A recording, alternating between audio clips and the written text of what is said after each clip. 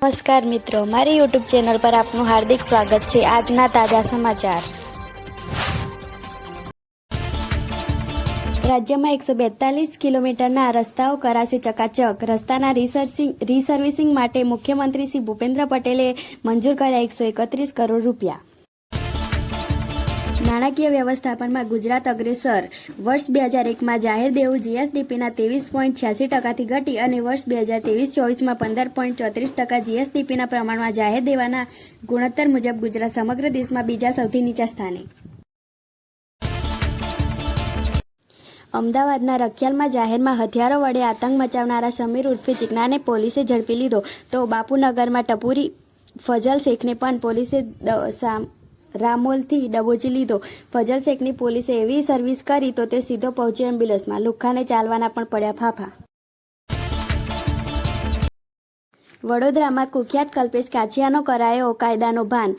મોડી રાતે કલ્પેશ કાછિયા કાઢ્યો વરઘોડો। કલ્પેશને સાથે રાખી તેના નિવાસસ્થાને કરી તપાસ। વ્યાજખોરોના ત્રાસથી કર્યો હતો આત્મહત્યાનો પ્રયાસ। સુરતના બારડોલીમાં 2,75,000ની થઈ લૂંટ। બારડોલીના કેનાલથી અલંકાર જતા માર્ગ પર બની ઘટના। ચોકલેટ કંપનીના 3 ડિલિવરી બોય પાસેથી બાઇક સવાર 2 લૂંટારોએ મચાવી લૂંટ। અનેક ગુનામાં સંડોવાયેલા તલાલાના સાંગોદરા ગામના એક આરોપીની ધરપકડ। નદીમ સોઢા નામના યુવક પર નોંધાયા છે 21 ગુના। હત્યાની કોશિશ, રાઉટિંગ, લૂંટ, લેન્ડ ગેમિંગ, જાનથી મારી નાખવાની ધમકી, પ્રોહિબિશન સહિતના ગુનાનો આરોપ।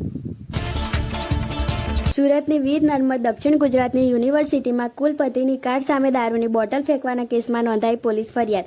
વેસો પોલીસે વિજય કટારિયા સામે નોંધ્યો ગુનો। દારૂની ખાલી બોટલ લાવનાર વિદ્યાર્થી યુનિવર્સિટીના પત્રકારિત્વ વિભાગમાં કરે છે અભ્યાસ।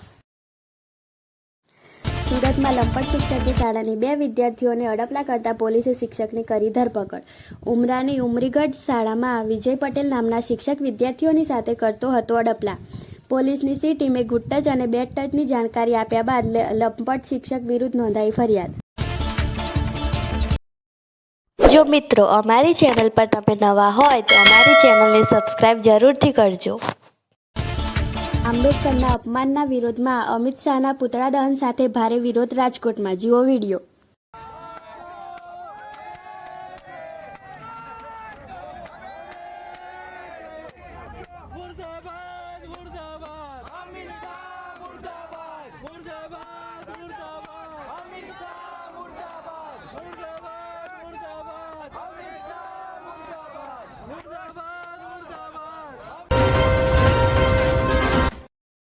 સુરતના સચિન મગદલા રોડ પર ચોંકાવનારી ઘટના બની છે।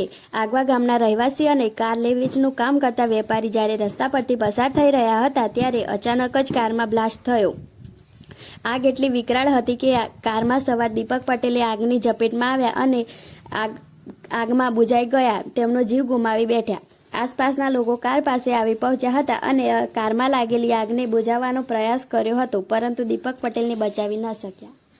આવા અવારનવાર સમાચાર જાણવા માટે અમારી ચેનલ પ્રકલ્પ ન્યૂઝમાં જોડાયેલા રહો અને અમારી ચેનલને સબસ્ક્રાઇબ કરો।